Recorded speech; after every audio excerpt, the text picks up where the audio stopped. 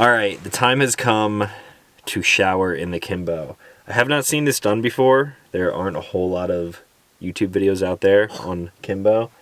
Did you just sniff your socks back in there?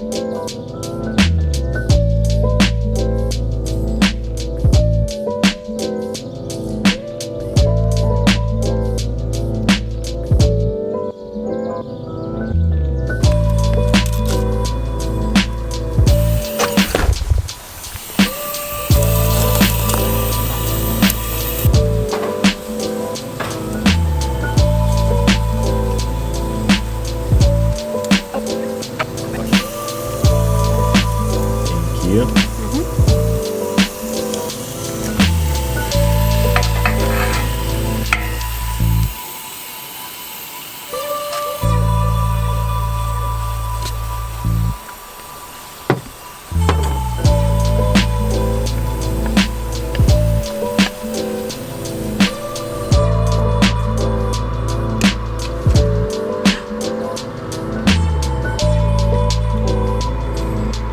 How is it?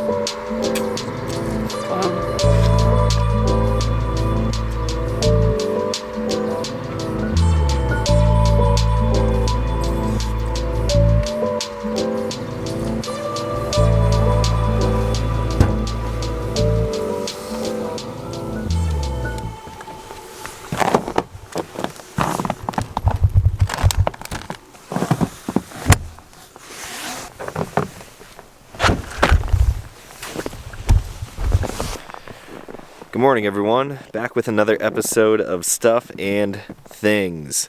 Quite the change of scenery from the beginning until now. We just spent our fourth night in our new Series 6 Kimbo, and I have always wanted to get stuck in the snow in my van or in a camper like this, and now we have finally done it, and we didn't even plan on doing this. So this video started up by Mount Rainier, and then we were still trying to figure out how to live in the Kimbo, and it's kind of hard to balance work and play and travel when you're in a small space like that I'm kind of unfamiliar with, but we're warming up to it now. So we jumped right from Mount Rainier down to just outside of Crater Lake National Park in Oregon, and we were greeted with some snow.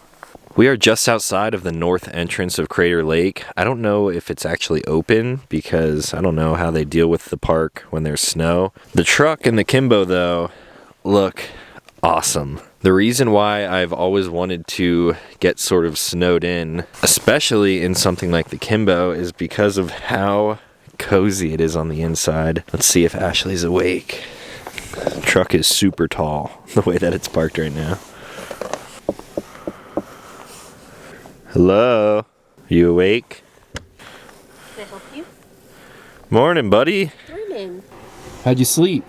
Like a baby. What are you doing? My skincare routine. Your skincare routine. So this guy right here is why I've always wanted to get snowed in. This thing is pumping heat.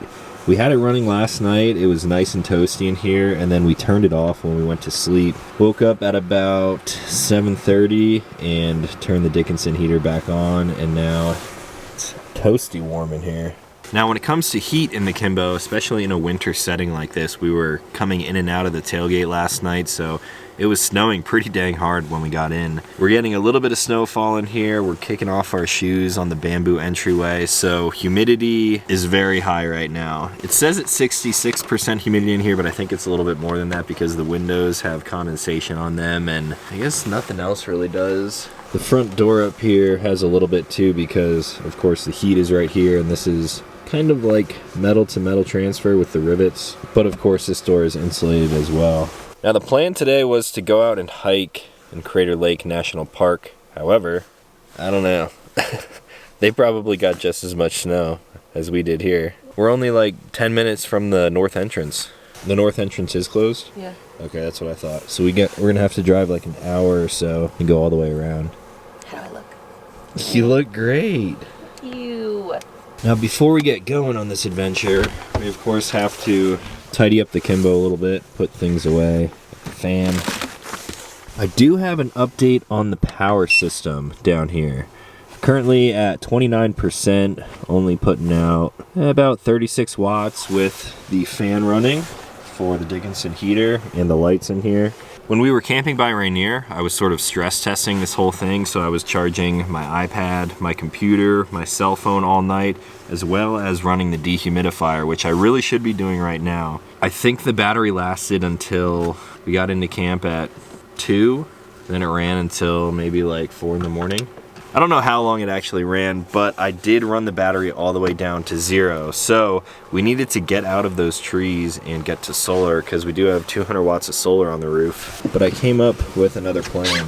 So right back here in the bed of the Tacoma, we of course have an outlet. That's almost standard on all Tacomas nowadays. I ran that extension cord around the bed, back the side of the truck, and we now have this thing plugged in. So now, when I start up the truck and hit this button right here, I'm now getting 400 watts of power sent back to the battery unit. Now I will probably bring you guys a dedicated video on this power system and how this all works together. So a few things to note right off the bat. You will only get 400 watts going to that power outlet while the truck is parked. As soon as you start driving, the inverter that's somewhere up there in the engine bay is going to kick down to 100 watts. And if whatever you have plugged in is drawing more power than that 100 watts, it's going to turn itself off. And then the final thing to note about how this is working, previously if I was just plugging this battery in to the side of the truck, it would pump 400 watts into this battery, and I don't know if there's a cap on how much this can take as a charge at a time, but whenever it would get up close to 300 watts of input, it would sort of trip and then reset. So what I did was I went into the settings on my phone for this battery system, and I was able to turn on the AC slow charging. That way it doesn't go much above 120. I'm not sure if this is going to work while we're driving, because when you're driving it should be limited to 100 watts. As you can see, it's kind of dipping below and then going above 100 watts, so I'll report back and see how that works.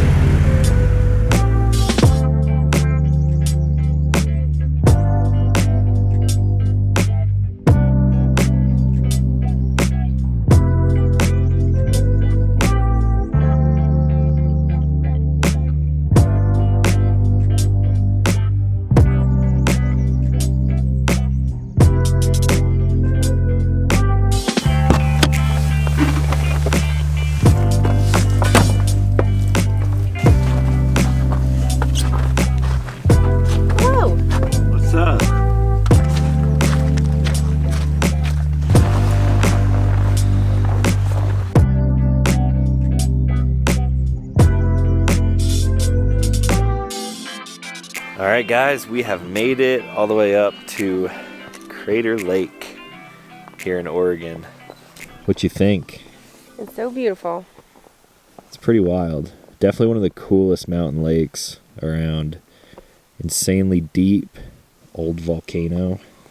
Now, I was here very briefly before in the van, and the road all the way around here was open, and I believe it was around summertime. I didn't film a whole lot of it, but I did include a couple little clips in a video in the past. I had driven out around to this island over here, and then there's a bunch of hiking trails, but they got a lot of snow up here. It was snowing, of course, where we were at around 5,500 feet.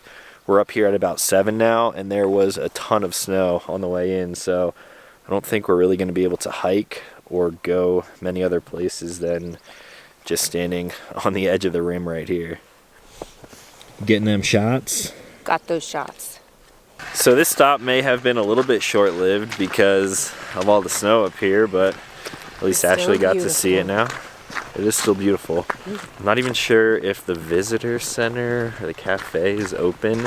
This building over here behind us, so the Rim Lodge, and they have so much snow. Like, I don't know if that's a hill there or if it's just like 15 feet of snow.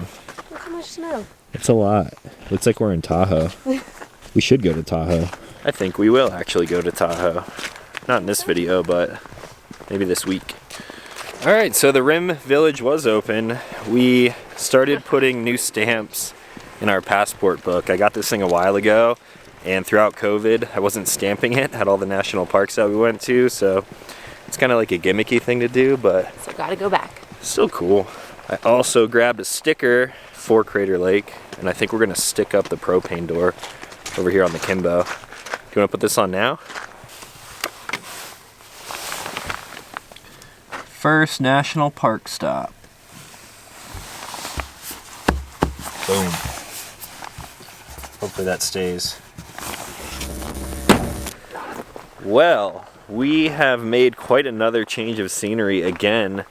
We are in, I don't even know where we are. The Lassen National Forest or something like that in northern California. And this place has some like type of terrain and scenery unlike a lot of other places. A lot of cool plants around here. Dead animal bones. Dead animal bones. It's kind of like deserty, kind of reminds me of Australia. But then way out in the distance, got some snow-capped mountains as well. Interesting. Interesting. So we were looking for a place to crash for the night, and we just found a trail on Onyx, turned off, and then as I zoomed out, the trail network just expanded and expanded, and it looked like spaghetti noodles. There are so many trails out here, and we are like just off one of the main roads, so there's a whole lot to explore. Maybe we'll do that in the morning. Oh, our cutting board fell. Still trying to figure out where to keep everything in here. And my hoodie fell, and that was it. Oh, that's not bad. Not too bad for bumping around on the road. Alright, the time has come to shower in the Kimbo. I have not seen this done before. There aren't a whole lot of YouTube videos out there on Kimbo. Did you just sniff your socks back there? Oh, 12 out of 10 would not recommend doing that. Here, well, I have to get the shower ready. So put your stank socks Oh my in there. god, they're crawling in there themselves. Because we have a bunch of stuff right here, we're going to have to move some things around, but we'll make it work. Now down here, we've got a bunch of random stuff. We have not set up this Dometic toilet yet, so we've just been going outside. Should probably figure out how to do that. And now, the geyser. I've used this in the past, and I was kind of thinking how it would be using it in here. Now we're really going to test it out in the real world situation. So we have 4 little Travax carabiners here on the ceiling, and this is the included shower curtain. 1, 2, 3 in between them. Alright. So we've got our Rotopacks out. Just filled this up with water when we were visiting Ashland, Oregon. Alright, gonna start by filling the geyser. So that's about 2/3 of the way full. So I'm going to use this mini gas stove that was actually provided with the Kimbo as well. If you get a fully loaded Kimbo, they also give you this giant shower that you can set on here, and I have that in the truck, but for now I'm going to use this because I'm familiar with it. Maybe in the future we'll use that other thing. Can you hand me the gas for this stove? So I'm using this little stove to heat up some water, an AC to Summit little kettle. This is a lot of work for a shower right now. Throw that on, let it get hot. All right, the water is coming to a boil. We're gonna dump some in here. Whoa, that is hot. That's why you fill the geyser with cool water first, because you don't want to scald yourself.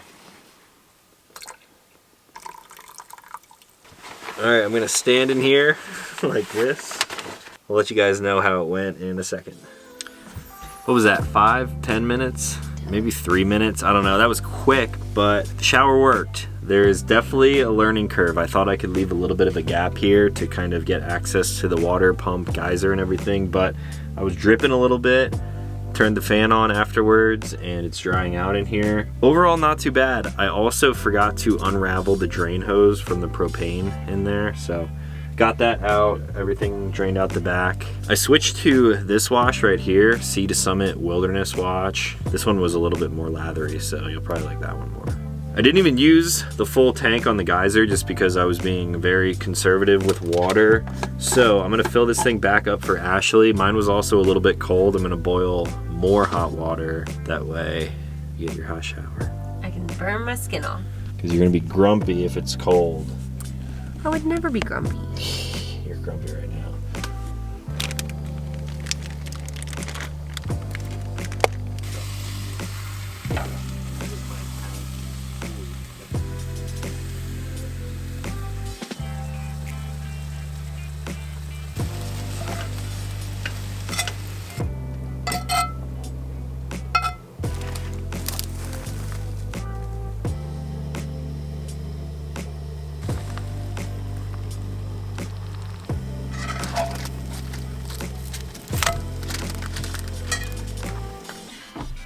So we got chicken quesadillas left over from our chicken fajitas the other night. Tell everyone how your shower was. It wasn't bad. It took a minute to get warm, but then after that, it was actually not bad. And I even had to wash my hair. And it got all clean. And I had water left over. True. So it's definitely possible to do in the Kimbo. We kind of have no choice. I would probably prefer to shower outside when it's warm out. Right now it's probably like 50 degrees though, so it'd be a little cold for that. So it's definitely doable in here. Yeah. Solo, it would be way easier. All right, Kimbo is all kind of cleaned up. Did the dishes in the little sink. What are you doing? You're struggling. We hung our towels over here. These are Nomadix towels and they dry super fast, so you don't have to worry about them getting musty or getting any kind of bacteria growing on them. So those are kind of cool. I'm gonna show you guys how to light this up real quick. Open up this door. Gonna grab a lighter. You could use a match as well. I'm gonna have to set the camera down for this. Now I'm gonna press and hold the gas button while I light it. Turn it up a little bit. Now that that's lit, I'm gonna continue holding it for a little while. I can pick my gas level, and then I'll slowly close this door. And then once that door is pretty much closed, so it creates a seal. As long as that flame is still burning, you are good to go. Flick the fan on, turn it up, maybe about halfway. As you can see, the condensation of combustion stays inside of this contained unit, and it will intake and exhaust through here. And then a fan is sucking in air through the bottom of the unit and then blowing it out across that hot flame, so it's already feeling nice and warm. You have any more Netflix downloaded? Yeah, we gotta watch Ozark. Gotta catch up.